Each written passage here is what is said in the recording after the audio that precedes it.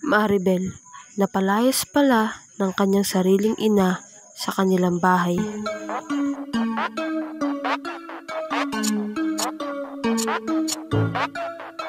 Sukidesu. Dahil nga sa pagkakabuntis ni Maribel ay grabe ang pagkakadisappoint ng nanay nito sa kanya. Halos umiyak nga ito sa harap mismo ni Kalingap Rab habang sinasabi ang mga hinanakit o sama ng loob nito kay Maribel dahil sobrang hinayang na hinayang talaga ang nanay ni Maribel sa kanya. At dito nga ay kahit si Kuya Rab ay sang-ayon sa nanay ni Maribel dahil nga mali nga naman talaga ang ginawa ni Maribel.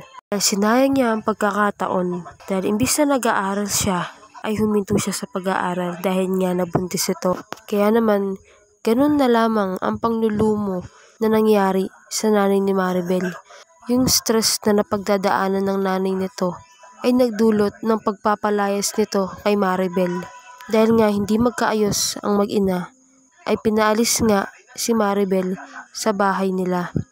At doon nga muna tumuloy si Maribel sa ama ng dinadala nito.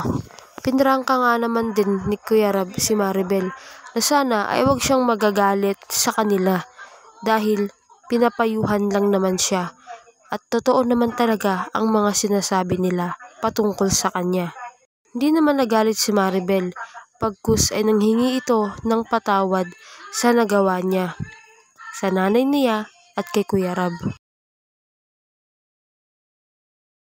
Maraming salamat po sa panonood at pakikinig.